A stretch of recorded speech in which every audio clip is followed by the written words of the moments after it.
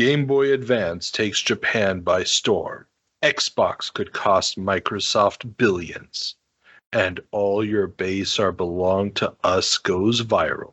These stories and many more on this episode of the Video Game Newsroom Time Machine. I've been waiting a long time for a chance to say this. Stop the presses.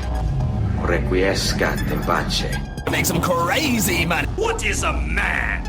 It's me, Mario. What a mess. Get over here! Please save me.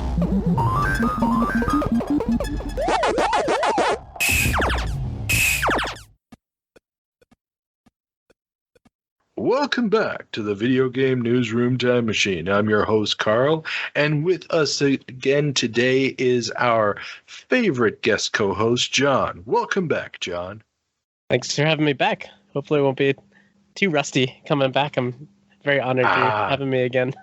It's like riding a bicycle. You fall down and scrape your knee 3 or 4 times, but then it's okay again. That is an accurate statement. So, our obligatory banter section. John, what have you been up to? Oh, man. Just being stuck inside playing retro games. We're actually recording. I don't know when this comes out, but I guess this coming Saturday, and then it'll be up for our Retro Game Squad listeners probably the week or so after. So we're coming up on recording period. It's going to be fun. That's cool.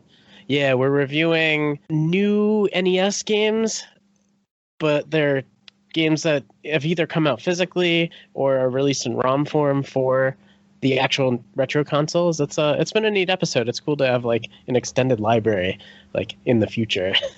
Oh, cool. So it's like modern retro games. Exactly. And if anybody who's listening from our show, how do you pronounce the word of that game? Oh, Boo-Boo. Boo-Boo. B-U-B-L. Yeah, I was watching you play it on the Discord last night. That was a lot of fun. Also, I'm so sorry because I did terrible. Anyways. It looked like you were doing better than I probably would have, so it's all good. Fair enough. You were a bubble in a water level. I mean, let's face it, it's the ultimate NES insider joke. It's the water level sucks. Right. Although it didn't look like the game sucked, it just looked like it was a bit of a hard slog. Yeah, it's just different. Different's a good word. I'll use different. There you go. Okay, well then, mandatory banter is over. Let's turn over to our normal co-host, Peter, because he couldn't be here for this recording, but he did do his 7 minutes in heaven with one of this month's games. Oh, wait, man, I'm getting completely out of the order. I should warn everybody. Today we're going to be jumping back 20 years to May of 2001 and see what was making headlines in the video game industry back then. Now, remember, for dating purposes, we are always using the cover dates of publications, which means, of course, that the events happened at some time before that, but this is just our wonderful framing device. So, also remember, podcast apps, give us some likes or something. If you're listening to this on YouTube, subscribe, hit the like button, whatever. Help people find us, and we're on the social medias. All the links are in the show notes below. Now, Peter is going to spend 7 minutes in heaven with one of my personal favorites from the N64 library, Conker's Bad Fur Day.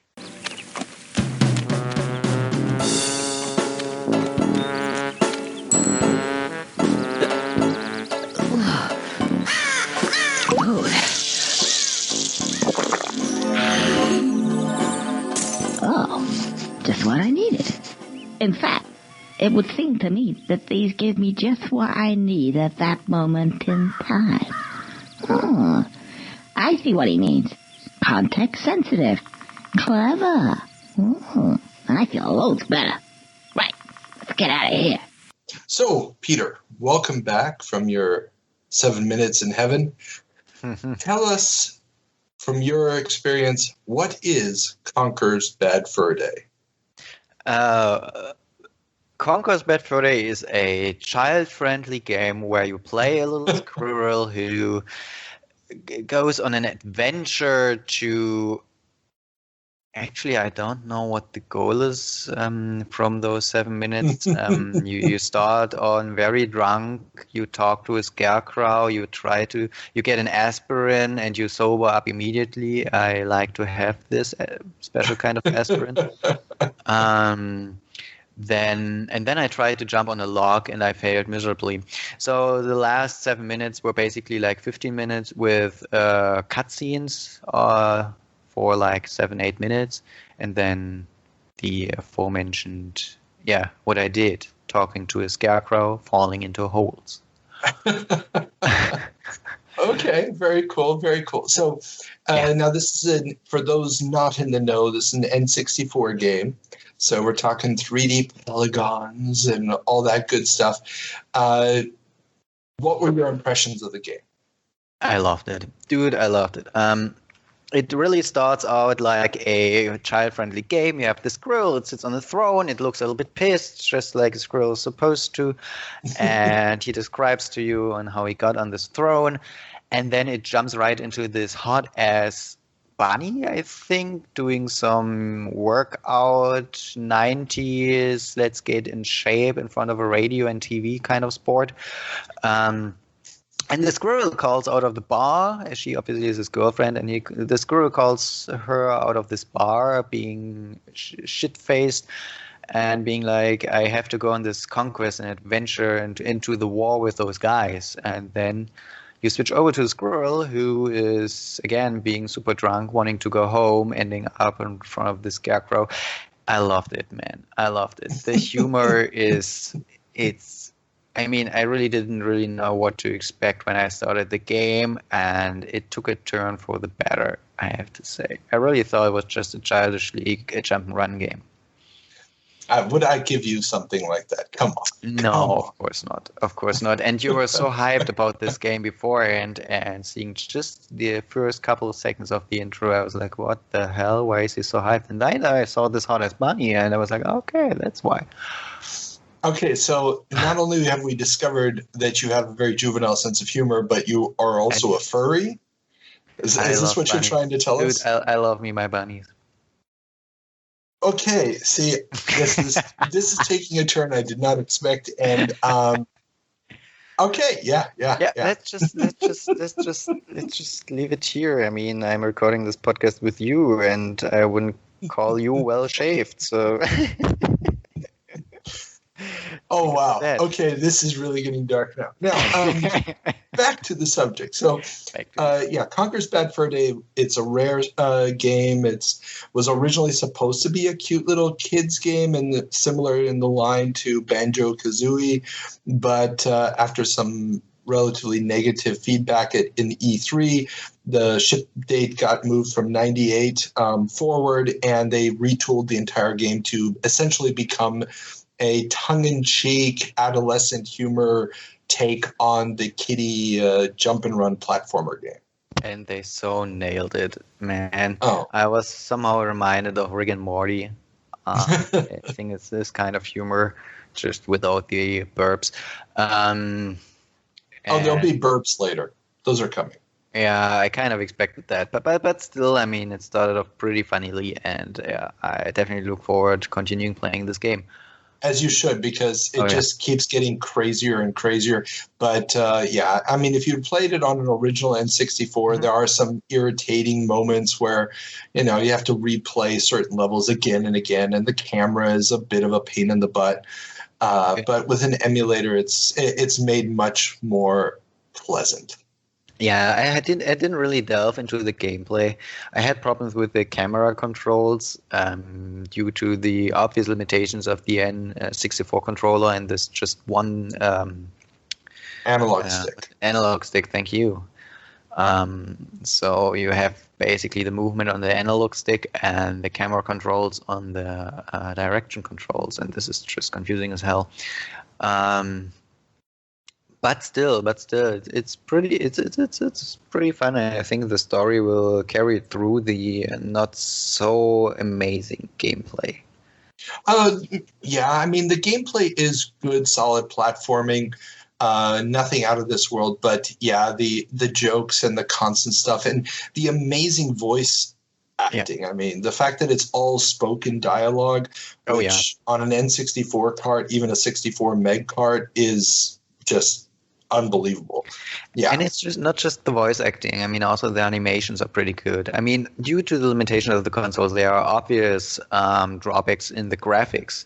However, the animations, they just nailed it. I mean, the Scarecrow also was pretty shit-faced, and it moved, and I was like, I totally bought that there is a Drunken Scarecrow. I totally bought that. I mean, you could see the rectangles the Scarecrow was built off. However, just the movement, the tired-looking squirrel, the red veins in his eyes due to being so super, super drunk and overly tired, and this just worked. And I mean, the squirrel went out of the water and it stroked the water out of its fur. I mean, what the hell? This is amazing. Man, I remembered when I think it was Tomb Raider, the remake, when I first noticed that the character got out of the water and she like dried her hair. Yeah, and I thought this is amazing. This is so realistic. And then I see this N64 game, and you have this little furball who is obviously not happy about being wet all over and getting the water out of its fur. And this is just lore. This is amazing. Yeah, it's those little touches that just add to the atmosphere and get you immersed in the game. Oh yeah, definitely. Yeah, and I mean, and this is despite the fact that virtually everything you played was the tutorial section, and they're explaining constantly how to do things with buttons. So by explaining that there is this button thing, they're obviously not trying to immerse you so completely that you forget that it's a game, but at the same time, it's done so well that those little details, you buy into it that these are characters in this world. Mm-hmm. Oh yeah, definitely. And I like how they toy with the fourth wall. And if I may suggest a word of today's episode, I would like to have context sensitivity. Well, let's see how this turns out. There may have already been one recorded before we did this, but yes, John, maybe we have two for this episode. So yeah. Or you know what we can do?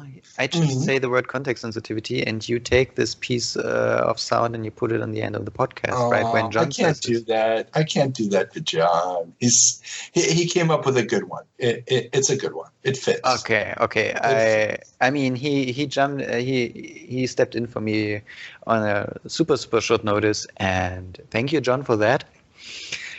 Thank you for being reliable when I'm not. And yeah, so I don't want to steal your word of the day, although it can be as amazing as context sensitivity in this context.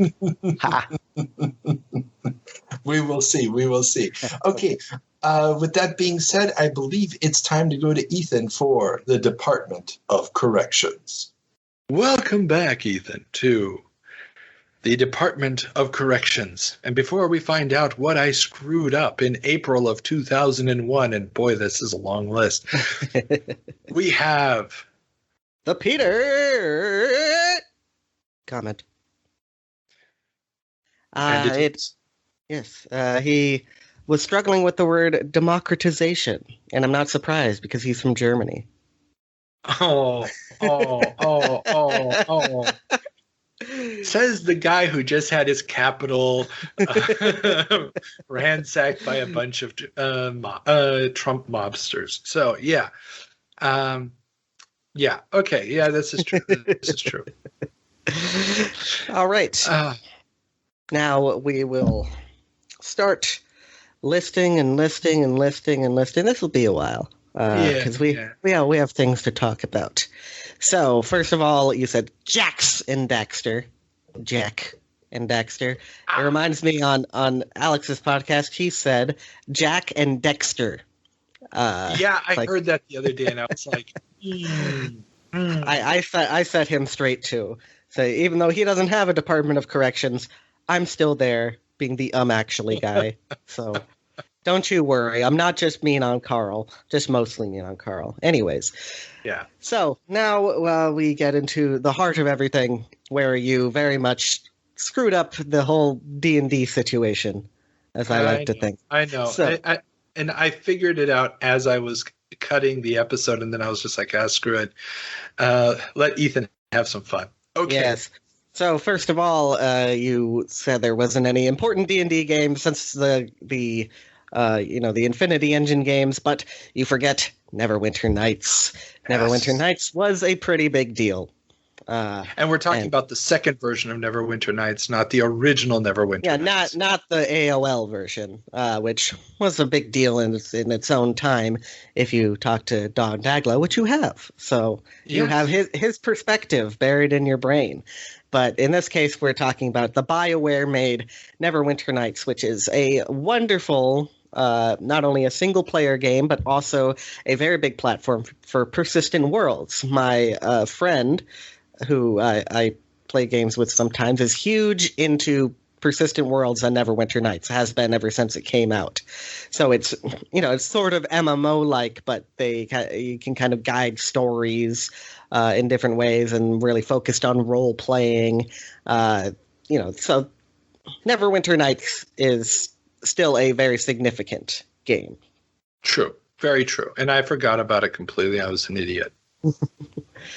And you said after this time, you were talking in April 2001, you said the Descent-based RPG by Interplay came out. No, it came out 3 years earlier in 1998. It was absolutely terrible in every regard, and we should forget about it.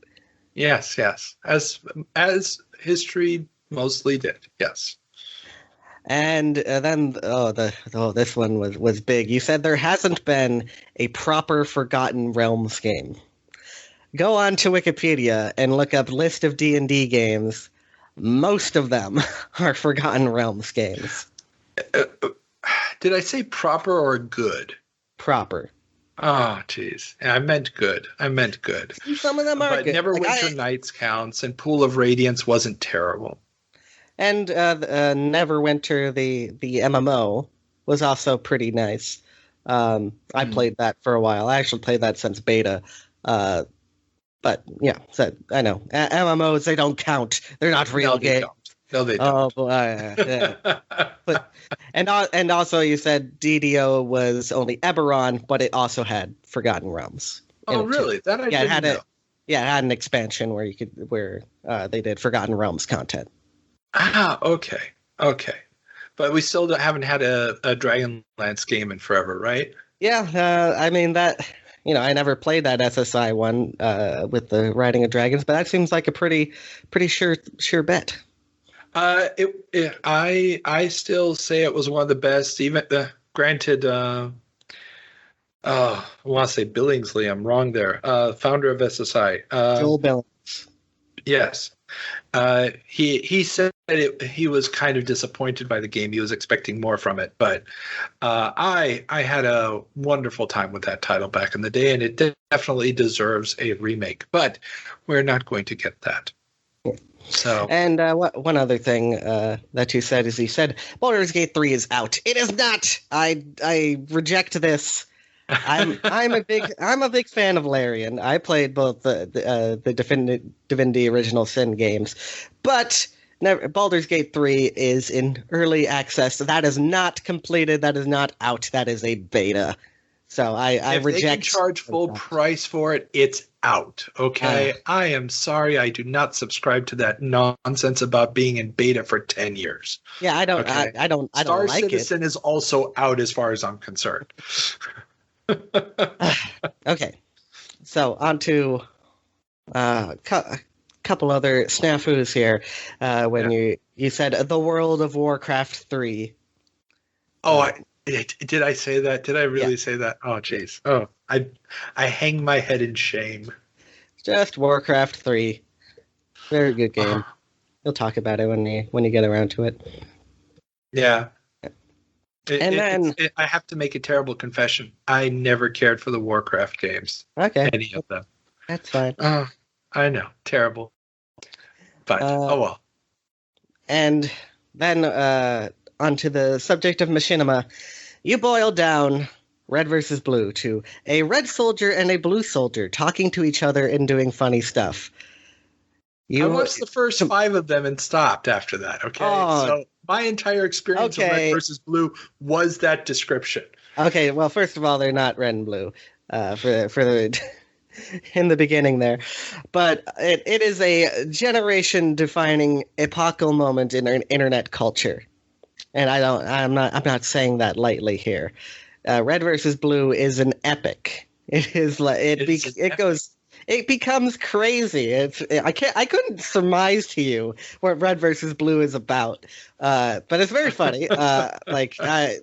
I mean, I've only watched the first season, the 100 episodes, but Red versus Blue is awesome, and it's more than that. I'm just gonna say.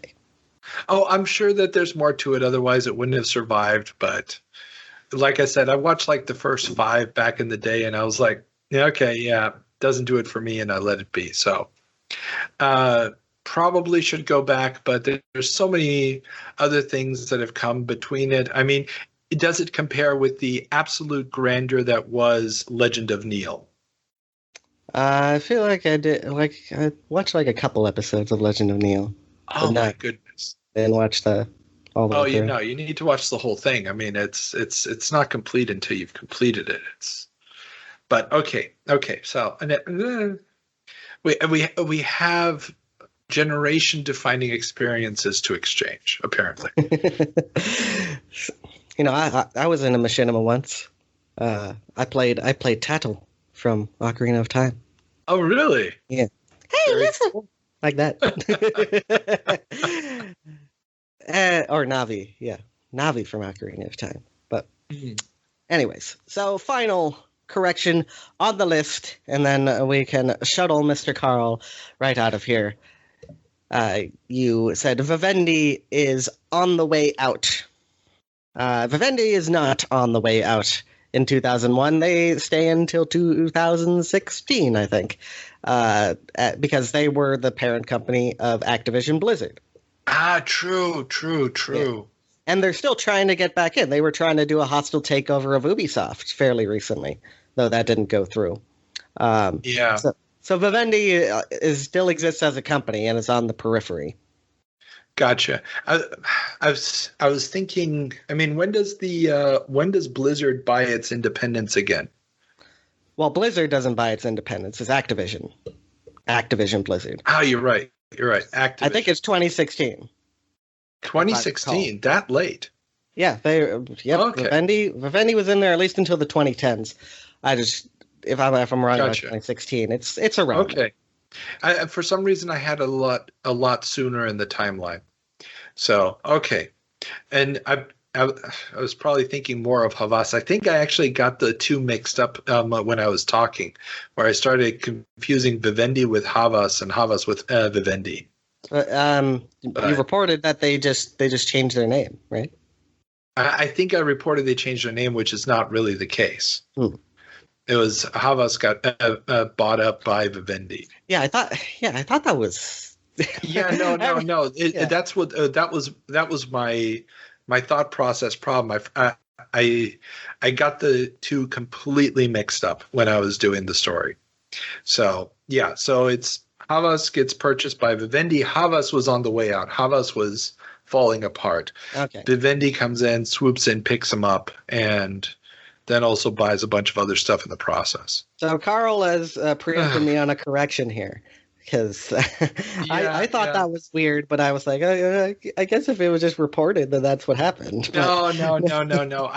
What happened was I got this out of a Spanish magazine, Micromanía, and they screwed it up. And I was actually reading straight off their headline, and in the back of my mind, when I wrote my notes, I knew what the correct story was, and that was 2 weeks before I did the show.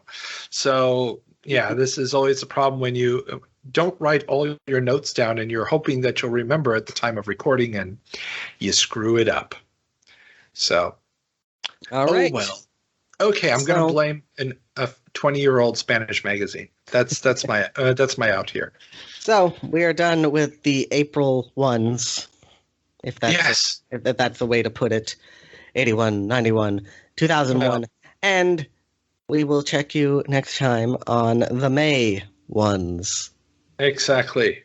Until then, Ethan. Bye-bye. Neverwinter Nights was one that I spent a lot of time getting hyped about those little promos and just never played it. It's sad to say, but I never played it either. They made such a big deal about it because it came out with the trailer came with Baldur's Gate. I distinctly remember that, and that intense a human mind as the dungeon master versus the players, and then awesome music, and then just nothing. Yeah, it got delayed, and then it did come out, and I remember, I think it was last year of law school or something when it came out, and it's just no way in hell that I was going to have time to touch this thing. Plus, at that point, I think I was mostly occupied with GTA Vice City, but that's another issue entirely. Yeah, I would have been just coming out of high school around that time. Yeah. I'm old. Okay. Let's turn on the time machine and go back to a time when I was a young man. Or something vaguely similar. Let's head back to May of 2001. Nintendo's GameCube system. We're unveiling the Xbox 2001. Graphics is a computer game. Welcome to May of 2001. John, what's our first headline? Gameboy Advance launches in Japan. With 500,000 units sold in just 4 days, the GBA has taken Japan by storm. There is no doubt that Nintendo still owns the handheld gaming market. Man, that's a big one. That's a real big one. Oh, yeah. A portable Super Nintendo. And we can't get it. Well, it was going to hit the States very, very quickly. Only, I think, a month or two later. Oh, was it? Okay. Yeah, they closed the window really, really fast. And this was after, of course, the PlayStation 2 had also started to close that window considerably. But the days of a year difference just weren't tenable any longer. And but Nintendo had also not done that with the original Game Boy. It launched pretty much worldwide within a 6-month window or so. So it was just a slightly different type of setup. Also, it's much smaller, cheaper hardware, easier to ramp up the production. But yeah, when it first came out, the games were impressive as hell. It looked great, unless, of course, you actually had to look at that screen in anything but daylight. Right. And yeah. But yeah, amazing little machine. So many good games are going to come out for it, and it's going to have a life that, while probably not as significant as the original Game Boy, it's right up there. Oh yeah, for sure. With how much gymnastics these developers did over the Game Boy Advance lifetime.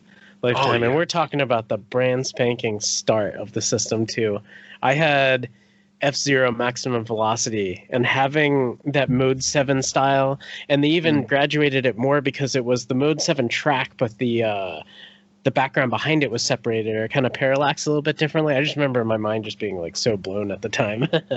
Oh yeah, a lot of time on that game. Yeah, that game was awesome. The Mario Kart game for it was great. Yes. And then later on, you got ports of Doom and Wolfenstein and a few standalone FPSs like X vs. Sever, which was a disturbingly good FPS based on an absolutely terrible movie. Right? It came out of nowhere. Yeah. I think that was a comic before it was a movie. Am I making that up? I honestly don't know. It's very possible that it was. I just remember that the movie kept getting delayed because they knew it was sucked, and they kept trying to find, some hole in the release schedule where it wasn't going to be completely trounced by something else. Sure. And they released the Game Boy Advance game just because it had been done and was sitting on the shelf for so long. No.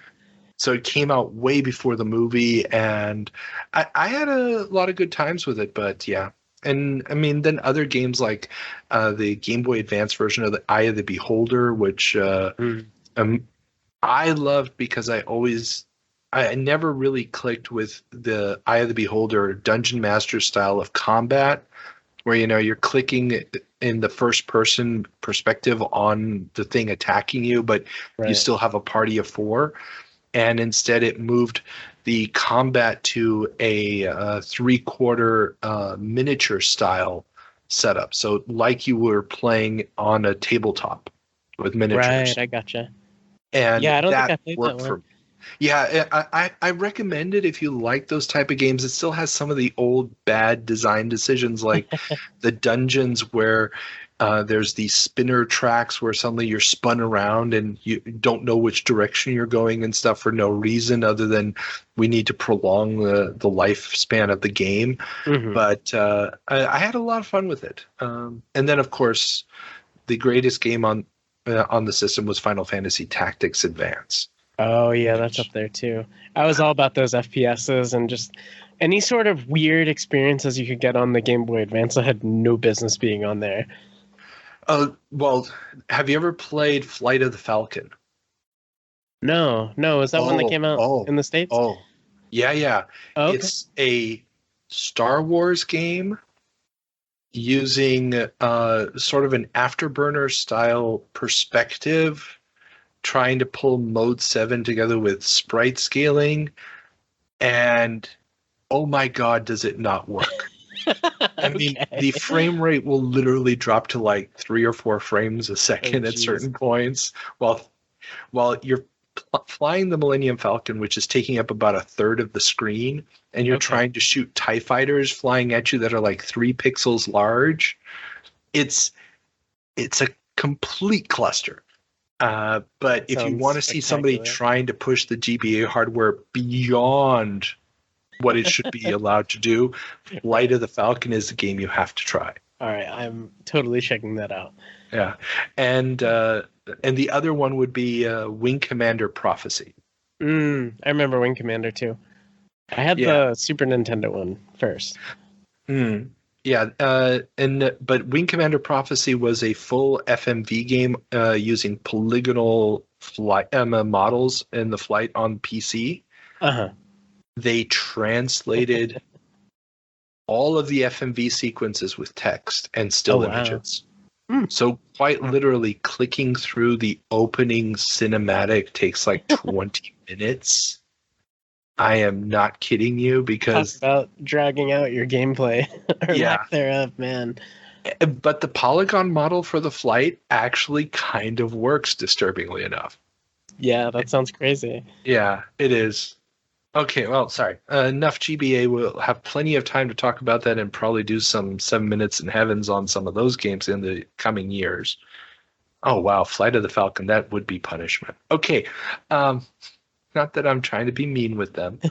No, bring it on. Hopefully I can be around for this. Okay. That's the GBA launch. It's not the last time we'll talk about the GBA today, but we got more news in the handheld arena. What's our next headline? We do. Majesco relaunches the Game Gear. Majesco, a company well known for re-releasing older titles as well as the Genesis 3 console, have partnered with Sega again to bring back the Game Gear. At the budget price of just $29.99, they hope to offer up an alternative to Nintendo's GBA. Wow, I didn't know it got that cheap. Yeah, that was the scary part. I remember when these hit the shelves. They weren't there for very long, and at least not in my memory. But, I mean, it was 10 year.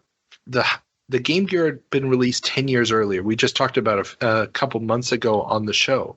Okay. And in our 30-year jump. And, of course, it was basically just the Sega Master System at a lower resolution. Yeah, couldn't you run you could mod the Game Gear games to run on a Master System? Or was it the other way around? Well, you could. There was an adapter, I believe, for playing Master System titles on the Game Gear. That's what it was. Correct. Yeah. I remember the chipsets being very close. It's basically the same hardware. It's just because of the screen resolution, they basically cut part of the Master System screen off. So there was a lot of Game Gear games that got ported to the Master System in Brazil. So Tectoy would take I keep getting this mixed up. They kept taking Game Gear games and releasing them with slightly larger resolutions on the Master System. This is also where we get stuff like, I believe, Mortal Kombat 2 gets a port this way, and a few others. I gotcha. Yeah. So, yeah, it's... but they're bringing it back. They were manufacturing it. I did look up a little bit of the history of this. I believe they were manufacturing it in Mexico. And there were a few differences, but one of the major ones was they actually had better screens. So if you are looking for a Game Gear, even though I think the plastic casing's a little bit cheaper than the original, the screen and the capacitors are better on the Majesco version. Oh, wow. I did not know that. Yeah. Well, I mean, it was 10 years later. Capacitor tech had gotten better, and the screens had gotten better. I mean, finding somebody who was going to manufacture that crappy old Game Gear screen was probably almost impossible. Sure. And it was a terrible screen. Yeah, it was really bad. I remember they would they kind of wash out over time too. Yeah, they have not gotten better with age. I mean, it's still not as bad as the Link screen, but we're not talking high quality here nowadays. So, I mean, interesting that they tried to bring it back at $30. Not terrible, but then again, I mean, you're not playing F-Zero on this thing. That's for dang sure. Yeah, that's very true. Oh, well. But in other play on the go news, Ericsson dumps Red Jade. Cell phone giant Ericsson has canceled its proposed handheld console codenamed Red Jade. The project would have supposedly had PSX or N64 level graphics, as well as PDA-like functions. The project was canceled due to an overall drop in the market, and all work was scrapped. Oh, that's unfortunate. How close was this to the fabled N-Gage that actually made it to market? That is I couldn't find any connections between the technologies. Obviously, we're both talking about Scandinavian cell phone giants, because the N-Gage was created by Nokia. That's right. But as far as I can tell, this was less of a cell phone, and it looked more like a Palm Pilot that could play games. And not a taco. And not a taco. Got it. And it probably also didn't require you to pop out the battery every time you wanted to change a game. Oh my goodness. Yeah, the N-Gage was just a design nightmare from beginning to end. But the N-Gage is going to come out in a couple of years, and the fact that somebody else had tried it also, with relatively same level of graphics, because I mean the N-Gage could play Tomb Raider without a problem, and Tony Hawk. So somebody trying to do the same thing 2 years earlier is kind of impressive, but I can understand why Ericsson was like, this just isn't going to work for us. Right. I didn't realize it was 2 years later. I admittedly couldn't remember what years I guess the N-Gage had come to emergence, but that's fascinating. That's 2 years from now when a company was trying to do that. Yeah, N-Gage is 03. So got it. Yep. Yeah. So and I mean, who knows when this would have launched? Obviously, they'd been working on it for a while, but just because they canceled it doesn't mean it was right before they would have launched. Maybe it would have taken another year or two. Who knows? But I couldn't find too much more information on it, unfortunately. I don't know how far software development got, or if it was still just the hardware platform that was being worked on. But given the quality of screens and stuff that were out at this time, and also battery life, it probably would have hit a lot of the same hurdles that were the reasons why the Game Boy Advance didn't have a backlight. And stuff like that. So yeah, that would have been a killer. Yeah, I mean, And remember, this is all pre-iPhone, right?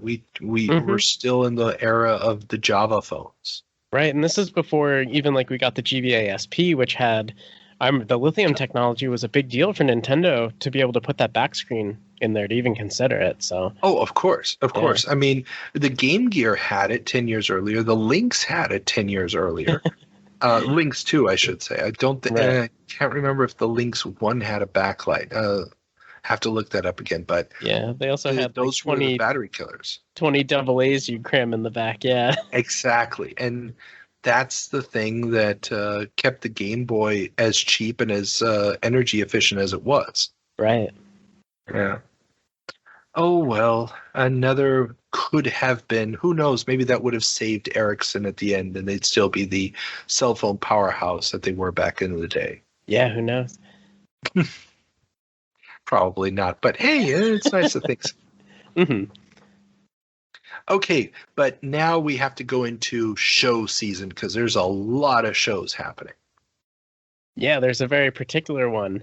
Nintendo steals the show at Tokyo Game Show with GBA. The recently launched Game Boy Advance is the hit of the show, with virtually every developer showing off games for the system. It is the right product at the right time as Japan is in the middle of a recession.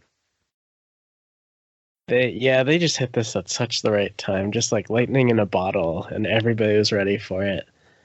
Oh, yeah. I mean, and we're just getting started. Well, think about it. It's 2001. The original Game Boy came out in 89. Oh, wow, yeah. So we're talking, it's been 12 years. You had the Game Boy Color a couple years before this, but ultimately it didn't really change that much as far as the gameplay possibilities were concerned. Mm-hmm. And it's just one of those moments in time where we needed another product. So many others had come and gone. I mean, the Neo Geo Pocket had come and gone. We had what was the one that was created by the original creator of the Game Boy? Oh, the Wonder Swan. Wonder Swan, thank you. And the Wonder Swan Color, Neo Geo Pocket Color. They'd all come and gone, but since they didn't have the software support, they didn't have a lot of the big franchises come over to it. It was just never really going to go anywhere. And Nintendo was just like, okay, let's do this. And there's also already been rumors about both Sony and Microsoft talking about getting into the handheld business. I think Nintendo needed to get something out now before the big guns could actually try to break in and steal their thunder. Mm-hmm. Yeah, and get their foothold. Yeah, because if anybody could have done it, a portable version of the original PlayStation probably could have put a dent in them because it could have brought over all the well-known PlayStation properties. Mm-hmm. But by doing this, they're there. So go for it. And of course, Nintendo wouldn't be Nintendo if there wasn't some dickishness going on. Very true. Yamauchi makes bold statements. The always irascible patriarch of Nintendo Japan has been basking in the glory that is the GBA launch and giving the press some fun bits to quote. In response of Square claiming to be bringing Final Fantasy to Nintendo's new handheld, Yamauchi said that no contracts existed and it wasn't on the horizon, something that Square, which just reported a quarterly loss, can't possibly consider to be encouraging.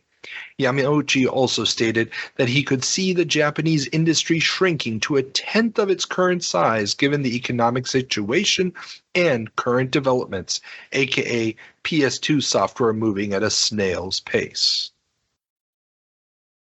That's a lot to unpack. Oh yeah, that's a whole lot to unpack. I didn't realize that Square wasn't on board in the beginning. Is that? Am I interpreting that correctly? Remember, Square had been Nintendo's golden boy in the NES and Super Nintendo era, with Final Fantasies 1 through 6, as well as a bunch of other games. Mm-hmm. And when they left, they were originally developing a game for the N64, and then jumped ship to work on CD-ROM for the PlayStation.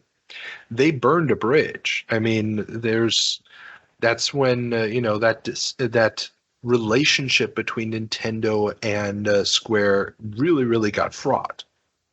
And they're still releasing games for the PlayStation, and Final Fantasy VII was obviously huge. And we're going to talk here in a moment about some of the Final Fantasy games still coming down the pipeline. But these Final Fantasy games, that era of the big PlayStation RPG, there's so many of them out there. There's starting to be a bit of a saturation, as far as I can tell. Mm-hmm. And they're not all of the Final Fantasies are hitting as big as they're not consistently huge. I mean, everybody still talks about 7. How many people still talk about 8 or 9 nowadays?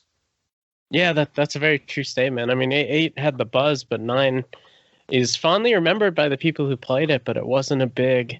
Yeah, that wasn't the schoolyard conversation at the time by the kids who had tons of time to play these big RPGs. Yeah. And work through them. And that's kind of the problem with the series, is that because it's not a consistent storyline like the Dragon Quest games, mm-hmm. every game is basically a reboot of the entire concept. You have hits and misses. And because these games are so expensive to make, you're going to end up in a situation where suddenly, how much can we invest in this thing without it collapsing? And remember, they're also working on the Final Fantasy movie at this point. Oh, geez. That's eating up money like it's going out of style. Yeah, that's got a whole storied history with it as well. Yeah. And Square made games for the original Game Boy. Remember Final Fantasy Legends 1, 2, and 3 and stuff like that. Yep. So they'd love to get onto a system that's not the same as a Super Nintendo, technically completely different hardware, but that can reproduce Super Nintendo-like graphics and effects. They've got this whole library of games that are already ready to go that just need to be ported. Right. And This could be an easy way to print some cash. And Yamauchi's like, I haven't seen any deals yet. Well, it would be terrible, if this house burnt down, Right. Throwing some shade and oh yeah, seeing what sticks. Yeah. And I mean, it's a pretty ballsy move from Yamauchi. It's just, it's just like, dude, my wife is godmother to your only child, and I can't remember the last time you invited me over to a cup of coffee. Yeah, it's like you didn't want my friendship. Right. That's great. I couldn't have put it better. Yeah. I know that was probably not my best Marlon Brando, but no, I love it. I thought you had left for a minute, to be honest. Oh, yeah. Well, there's a lot going on at the Tokyo Game Show, though. Oh, yes, there is. Tokyo Game Show sees Microsoft wooing Japanese consumers. Bill Gates was on site to show off the newly redesigned, smaller version of the Xbox controller. The slimmed-down version of the controller would become the standard going forward, despite the Duke's obvious superiority. The software didn't seem to be getting the crowds excited, with only Dead or Alive 3 really showing off anything very Japanese-centric. Sony also struggled to amaze, with Silent Hill 2 and Final Fantasy X being on display, but little else. I'm trying to remember, did the PS2 have the pressure-sensitive buttons that the Xbox had? Because I remember Dead or Alive was a big deal. I remember the people interviewing about it, and they were saying, you can hard punch or you can really hard punch by mashing in that button. That is an excellent question. I'm going to look it up 1 second. Okay. Yeah, because the watermelons versus the actual. I was more of an Xbox Are you S talking about something gamer. that you have to destroy, or are you talking about the breasts on the characters? Oh wow, I was talking about the controllers, but I see where you are right now. Dead or alive. That's the only reason anybody ever picked the game up. I'm not saying that's the only reason they stayed and kept playing, but I'm saying that that's the only reason anybody ever picked it up. That's true. The physics. You mean the next generation graphics and smooth animations. Yeah, and complex level designs. Complex level designs. That's a beautiful way of putting it. Yeah, because I remember the DualShock was a big deal because that obviously had the rumble built into it. Okay, yeah, no, PS2 did have pressure-sensitive buttons. Oh, okay, cool. Yeah. Good for them. So, yeah. I mean, the smaller controller, I forgot that the smaller Xbox controller had already been shown off before the system even launched. That I had forgotten. Oh, okay. Yeah, I'd forgotten that too. Yeah, because it's not going to launch until the end of the year in the US. Right. I can't remember all the dates for the rest of the world, but the fact that that smaller controller had already been introduced at the Tokyo Game Show this early in the year, it really showed that they had figured out that the Duke wasn't going over well with everybody. They did a lot of designs on those controllers too. There's a big thing about all the prototyping they did. And yeah. I mean, there's the famous line from I can't remember who was in charge of the Xbox team at the time, but said, if you just put your hands out and said, okay, this would be the perfect position for my hands for a controller, that's what the Xbox fits right into.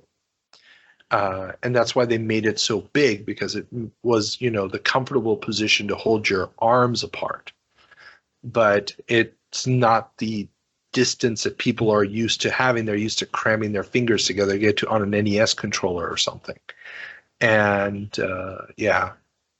and I know that Ethan is going to love this, but the Duke still is the best controller in the world.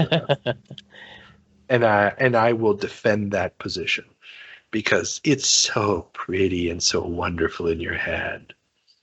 I miss my Duke controllers. Oh well. Yeah, I don't think I have any surviving Duke controllers from my childhood antics.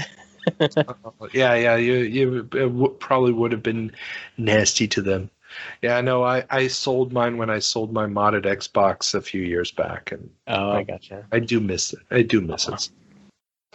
But you can get replicas nowadays, but they're so damn expensive. I haven't been able to bring myself to do that. So if any listener wants to contribute a USB capable Duke controller to yours truly over here, we accept donations. So please go right ahead, listeners.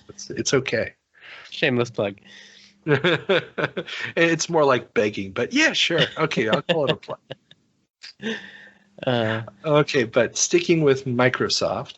Absolutely. Microsoft shows off big games at GameStock. Most of the big guns in its software lineup were not shown in Tokyo, but instead at GameStock in Seattle. Munch's Odyssey, Dungeon Siege, Project Gotham, and Halo all got spotlights at the Seattle show. Yeah, that's Microsoft just killing it with that launch. Their launch titles were pretty prolific for their first go at doing a console.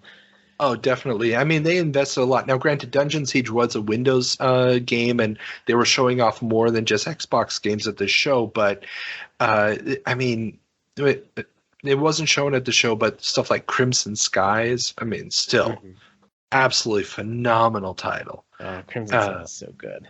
Yeah, it was different than the PC version. People still play the Xbox version to this day. You can go online and tunnel and play with people right now. Oh, dude. Oh.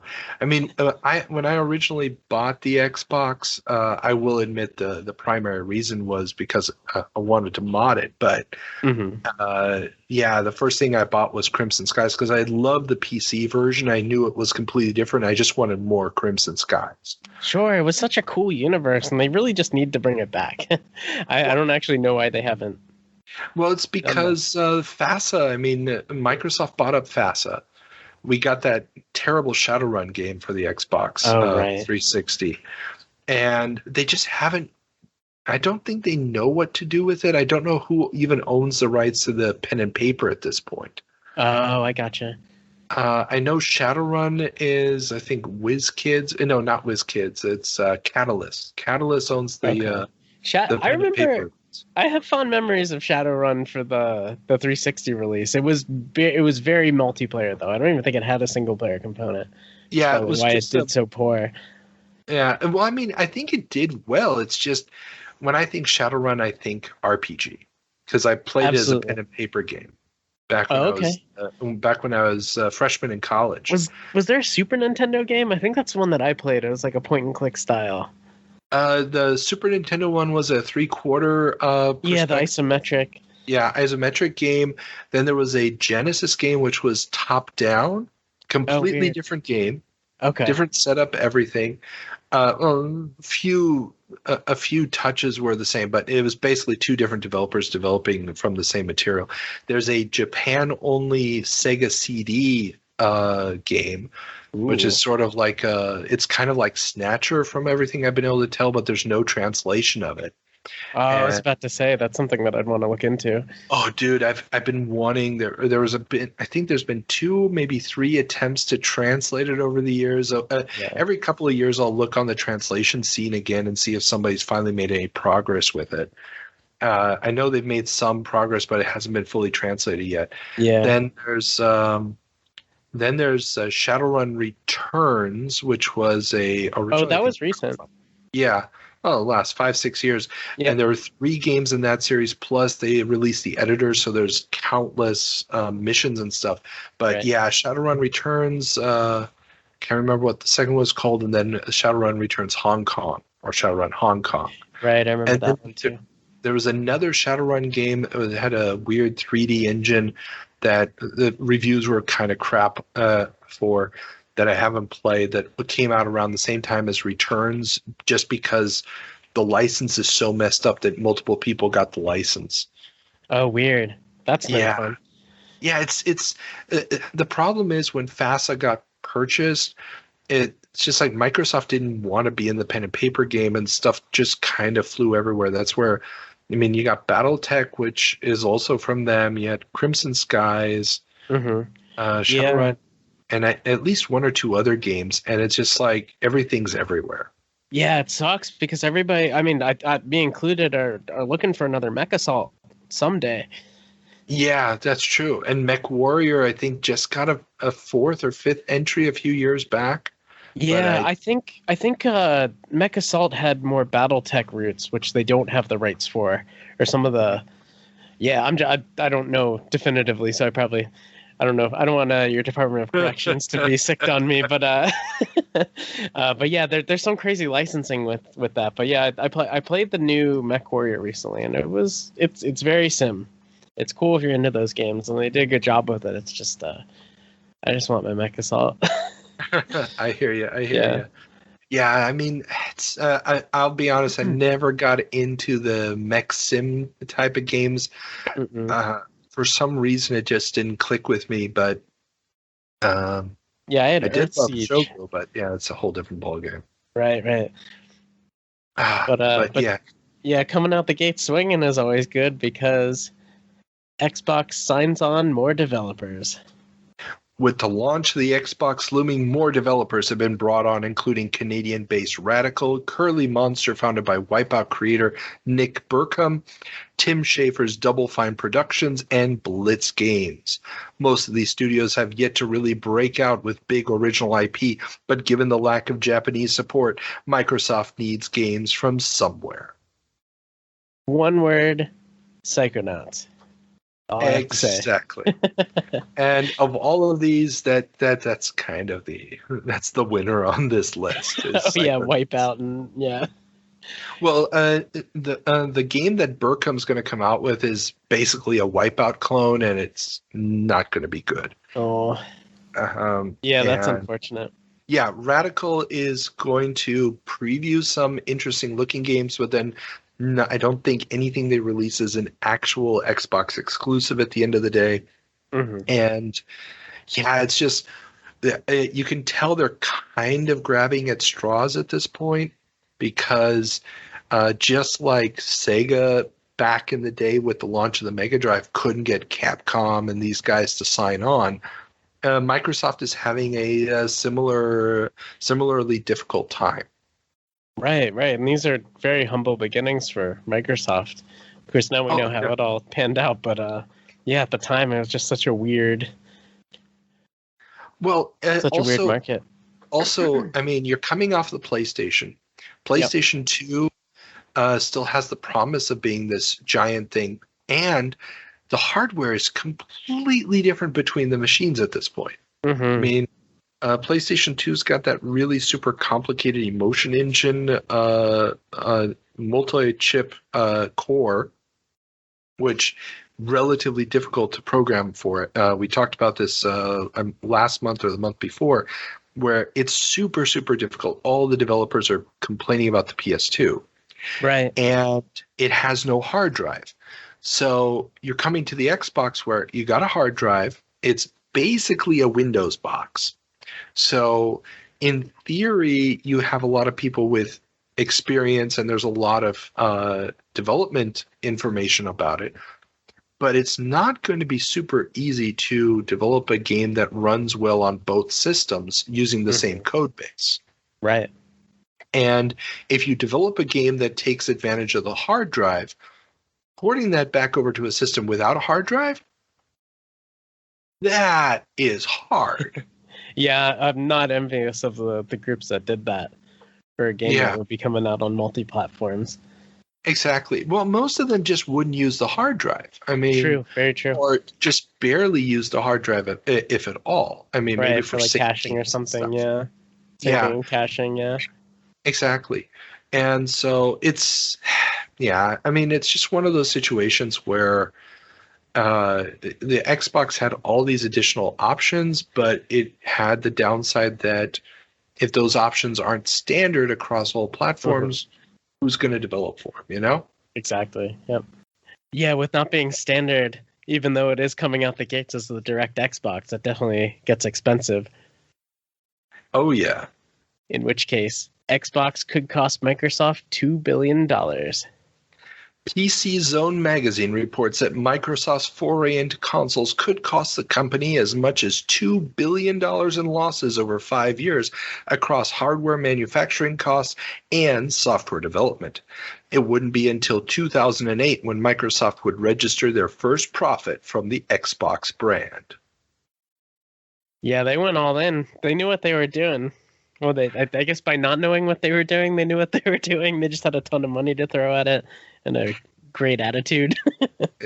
They had the deep pockets necessary to withstand this leap into a market. Right. Which, I mean, considering how much it would cost them to advertise, build technology, get developers on board, and basically customer acquisition. And I mean, when you compare this really with the way that Sega gained their their brief upper hand on Nintendo in the 16-bit era, it's very, very similar. Because they did it through massive marketing, through cutting prices, through developing a ton of top quality software that they weren't really going to make a ton of money back on. They were able to gain market share. The only problem was Sega didn't have the deep pockets to keep doing that year after year after year, and ultimately fizzled out because of it. And Microsoft could afford to just keep going because it wasn't their primary business. Right, exactly. I mean, they were still pushing their PC gaming branch on top of everything else they were getting into. So it's just, exactly. So many elements that came together. Yeah, and I mean, it's Microsoft. I mean, they've got so much money. Right, exactly. Yeah, I mean, really, the answer to anything regarding this is it's Microsoft. Yeah, and they've got money. And they've got money. Yeah, speaking of moneymakers, though, Doom 3 debuts at Macworld Expo in Tokyo. Steve Jobs and John Carmack show off what the new GeForce 3 can do. Amazing lighting effects bring pre-rendered imagery to real-time gaming. Will game-starved Mac owners want to shell out $600 for the shiny new graphics tech? The answer's no. Oh, okay, yeah, I needed the cliff note on that. Yeah, that's Mac gaming was still in a weird place. Oh, it's always been in a weird place. Yeah. Right, exactly. Yeah, it's anybody who really wants to know the background story on that, my interview with a certain Mr. Dornbrook goes into wonderful detail with a beautiful anecdote about Apple's stance on gaming on their computers, but they don't like it.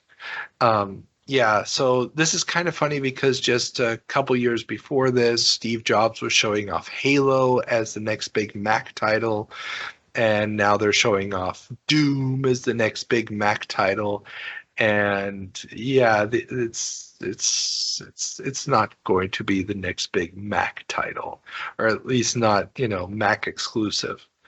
It's just trying to build hype and using any names they can, or maybe the hope that somebody's going to make a AAA game and release it to 5% of the computers on the planet, and it's just not going to happen. And there was the whole weird thing with Microsoft picking up Bungie at the time too. Well, that's Halo. The thing, yeah. In another world, like... Halo came out on Mac, and the world imploded. Well, I mean, Bungie had always been a Mac developer. Oh yeah, absolutely. I've been playing through Marathon recently. That's a game that I never spent a lot of time with. Yeah, they released Durandal on 360, which is backwards compatible on the Xbox One, and I've been playing a bunch of that, having not played any of the series before, and that's been a neat. It's cool to see where a lot of the Halo stuff came from, just like the little inklings of what they fleshed out for, this multi-million-dollar franchise that they've spun into. Yeah, no, definitely. I mean, I remember playing a little bit of Marathon ages and ages ago, but yeah, it was always like you'd see screenshots of it going, oh, there are games on the Mac. Oh, that looks really, really cool. Right. Yeah, I just remember the floaty physics in Marathon really throwing me off. It was just like a completely different first-person shooter. And there was a reason why I didn't play it for too long. But yes, right.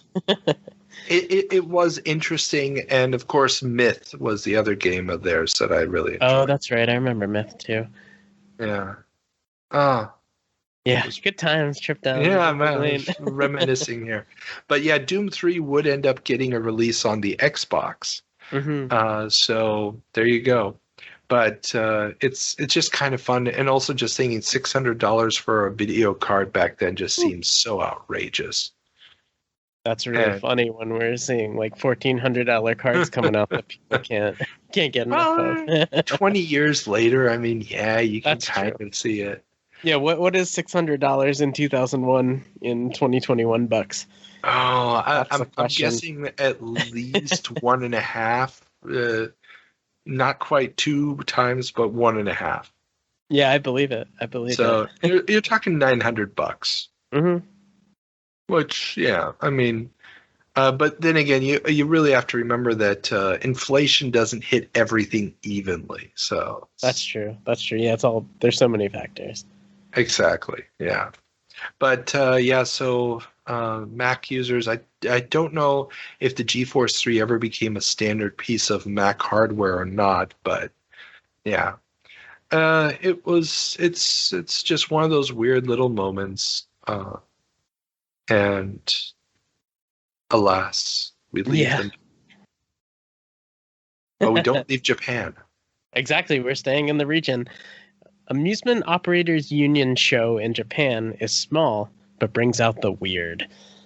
With few big highlights to delight, the AOU show in Japan was able to keep at least a bit of interest in arcades alive.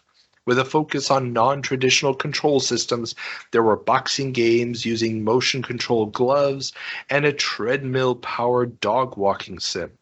The biggest game highlights were a video presentation of Virtua Fighter 5 and the cult classic Monkey Ball with its banana-shaped joystick.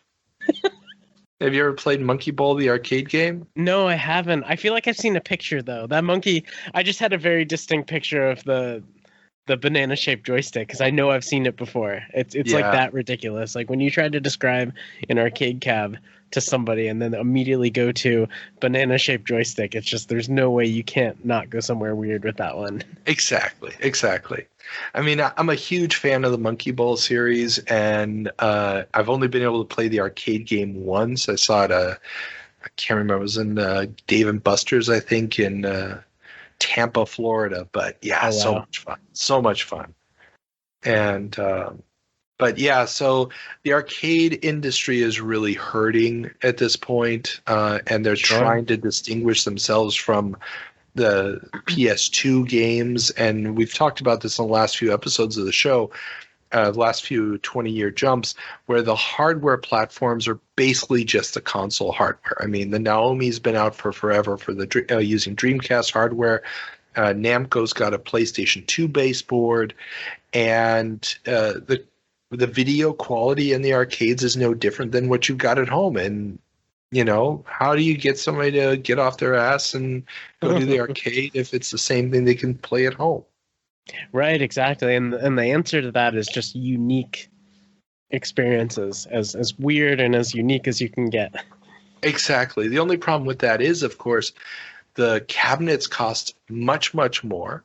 Yeah. And, you know, how long is the gimmick of the controller going to keep you there? Right, exactly. That's it. It's the investment and the return. And exactly. And I mean, it's the dog walking thing. I saw a picture of it. It was like, it's a treadmill and there's this plastic dog and you're holding the leash, and it's just like, that's fantastic. I need to look that up after this. That's totally happening. Yeah. I mean, it's just bizarro land, but I mean, why not? I guess. Yeah, sure. I want to meet the guy who is like, my life's goal is to make a dog walking sim for the arcades. Like that guy said it. That guy, and there was probably a board meeting. They had the conscious decision to make this game. Exactly. You got to dream big, my friend. Exactly. I wonder if it had a pooper scooper element added to it. That would be hilarious. And it would totally not surprise me if it was Japanese. Okay. Yep. Yes, moving on. Moving on. Let's just move on. Defender of the Crown to return. We reported back in our March 2000 jump that the venerable brand Cinemaware was being brought back. The first truly new game to come from the revitalized company Robin Hood, Defender of the Crown, has the first few screenshots revealed. Will it be able to wow the world the way the original did back in 1986? Spoilers. What's the answer to that one? No. Oh, okay. All right, 2 for 2 then. Yeah. Okay, and what can I say? Ethan, Ethan may disagree with me on the importance of Cinemaware and the history of the video game industry, but Cinemaware is one of those companies that for me is right up there with any of the big names as far as influence and the games it created and so forth. I mean, none of them were ever great. Mm-hmm. Well, the exception of it came from the Desert and Wings. But they always just shot for the moon, even if they never even got close. They always shot for the moon. And the idea of them bringing it back, the problem was that they didn't realize. And I guess, have you ever played Defender of the Crown? No, I admittedly have a blind spot for this one. Okay. Defender of the Crown was this game created in 86 on the Amiga. So the Amiga is less than a year old at this point. Okay. And it's taking full advantage of this new machine that can, it's got a palette of 4,096 colors. It can just do things nobody else can do. It can do these beautiful orchestral soundtracks. And the way the game works is it's a turn-based strategy game where you're trying to reconquer England.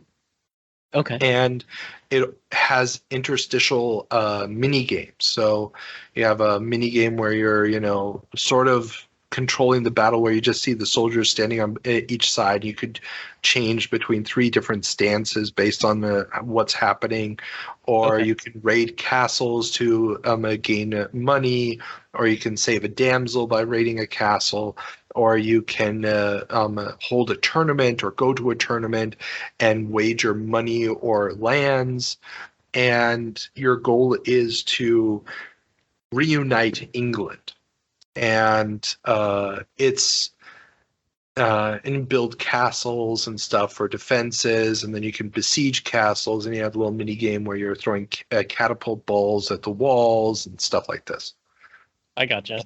And all beautiful cutscenes and stuff. It was supposed to feel like the old Errol Flynn Robin Hood movies and stuff like that. Well, the problem was that in 1986, those mini games were the only way to change perspective in the game. So if you want to transition from the soldiers on the field to, besieging a castle, you didn't have 3D models or anything to just quickly shift the camera angle and use the same assets. You basically had to redraw everything from scratch. And you're limited to what you can put on a floppy disk and load into memory. Mm-hmm. So the mini game system kind of worked. This new game is using 3D models and everything, and it still has the mini games, but there's no clean transition from one to the other. So like you've got a mini game where you're Robin Hood and the tax collector's coming through and you have to shoot holes in the money bags and stuff, so they lose the gold and things like this. Which is clever, but it's not enough in 2001 to keep a player interested. Now, if they had it where, the money gets out and then you control a bunch of merry men attacking or something, or you have to, slide around and grab the money, but it's just literally you throw a couple of arrows and then the mini game's over. And it's just not enough in the modern day to keep people interested. It's they veered way too closely to the original game's structure instead of really taking advantage of the 3D. Plus, the 3D models and stuff are nowhere near cutting edge, so it loses that whole graphical wow effect that the original had in '86. Right. Yeah, you have to wonder if they went more of like a 2D update with, I don't know if the res is any better, but just like more higher fidelity 2D elements, if that would have done. They actually did end up doing that for a lot of the games. Like they brought out these remastered versions. Their Three Stooges game, they did that, and I even think they did a version of that for maybe it was Wings. I can't remember anymore, but they did some remastered versions where they just redrew the graphics over the old game. And they were selling those basically as budget titles on PC. And I think there's also a remastered version of Three Stooges for the PlayStation 1. Interesting. That did the same thing. But the problem was, it's just gameplay had moved on since then. And they were nice curios, but that was about it. Yeah, that's unfortunate. You hate to see it. Yeah, me too. I really was hoping that they could, rekindle that old magic, but unfortunately it was not meant to be. Yeah, speaking of not meant to be, Gamers.com is no more. Dennis Thresh Fong's game website, Gamers.com, that we reported on back in our January 2000 jump, is no more. According to Computer Gaming World, falling ad revenue and Thresh's mismanagement led to the site's collapse. While the site would go down for a few months, it would return and run for over a decade after being bought by publisher Ziff Davis. Do you have any idea who Thresh was or is? Still no. I'm rereading the whole statement there. Yeah. Thresh was the world's first proper professional gamer. He wins the first big tournament at QuakeCon. Yes. Okay. Never mind. Yeah, I definitely.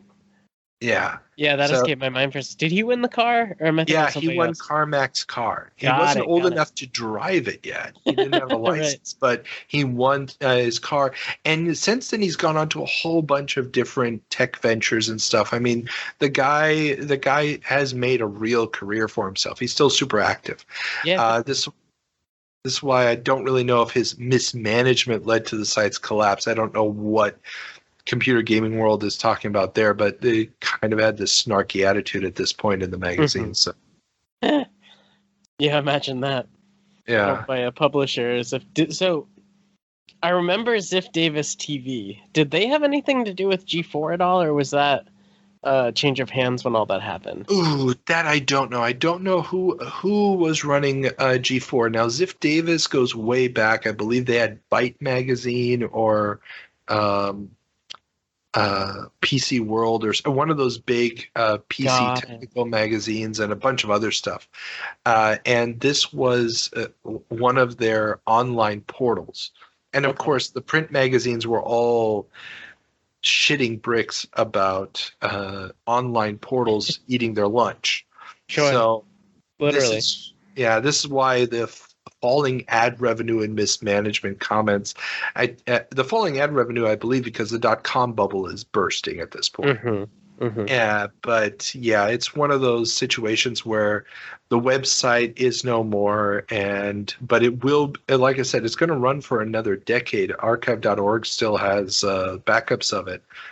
And it's going to be covering everything imaginable under gaming, and it's going to be used by Ziff Davis as a portal for a lot of their content from their publications. Got it. Okay.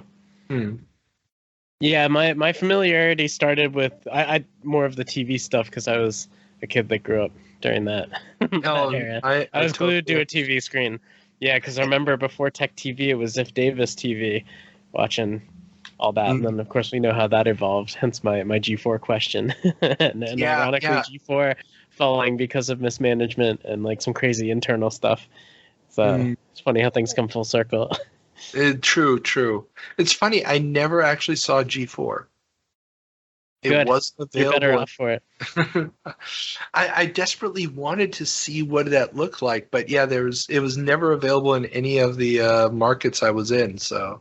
If you want to get a good, and this would be relevant to what you do for this, is there's a series called Icons that G4 put a bunch of money into, and it's a very much snapshot of the time, like literally right now in our time machine, like that era.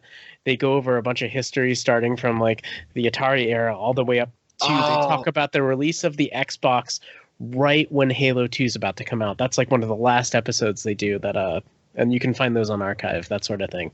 Definitely worth a shot if you've never seen them.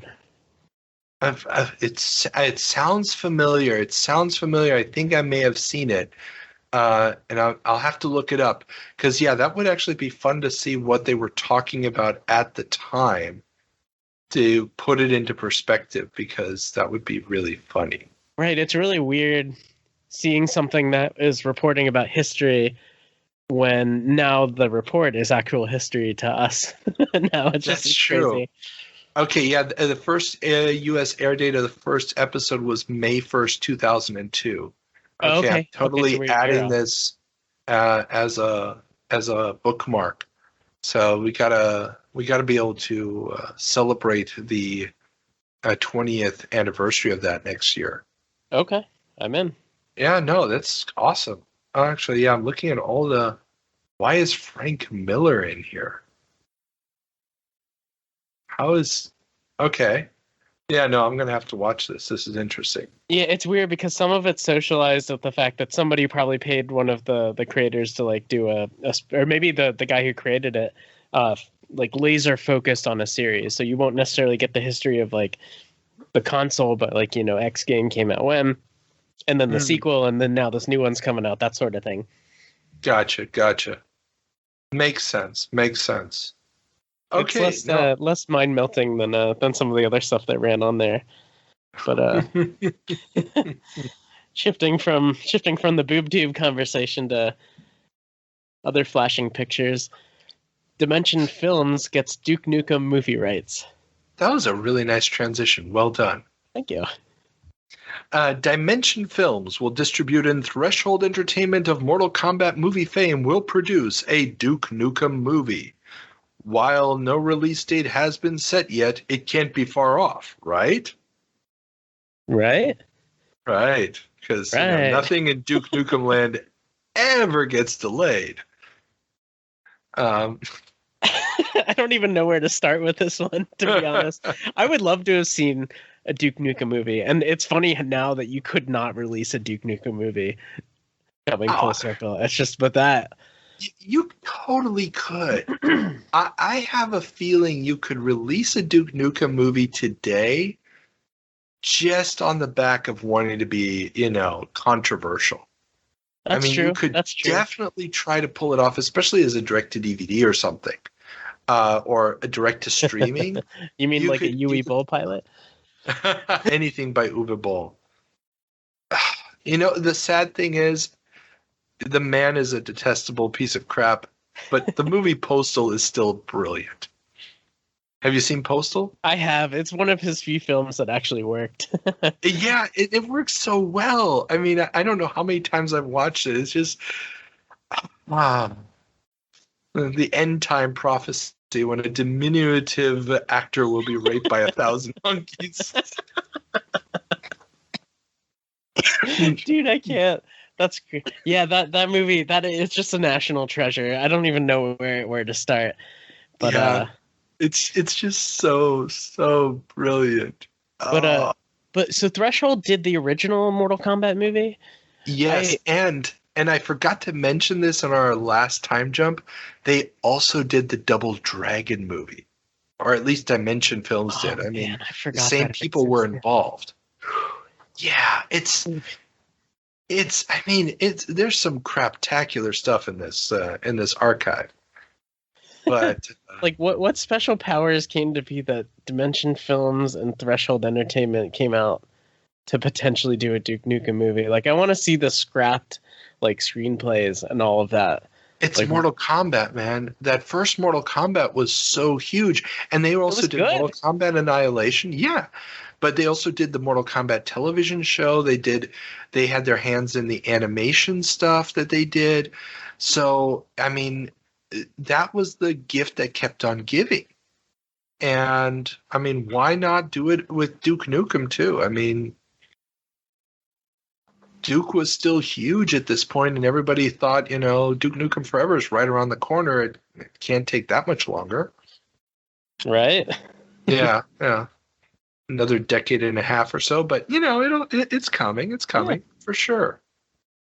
Sorry, I still have slight pains from that. I really wanted Duke Nukem Forever to be good. I did too. I want to get a hold, or I wish that someone would release some of the earlier prototypes of the games, because they got really far in development on 2 or 3 of the engines that they ended up porting it to, and it's just such a neat piece of history locked behind vault doors that would just be amazing to discover. Most of it's Randy being Randy, but I won't. I'll leave it at that. Yeah, I mean, I'd love to see the Quake 2 stuff. Yes, the early era stuff when they were really pushing the engine to do what they wanted to do with the Duke Nukem engine. Yeah. Or with the Duke Nukem, what they had planned for that franchise. It's just... exactly. Right. I mean, just because it would be a product of its time, it wouldn't be overcomplicated, and I just want that, straightforward, fun Duke stuff. Mm-hmm. That I miss from Duke Nukem 3D, where, it didn't take itself seriously. Yeah, okay, politically incorrect, blah, blah, blah. But it just felt fun, and you wanted to push buttons to see what was going to happen next and stuff. Yeah, and it was innocently politically incorrect versus the Forever that we got eventually.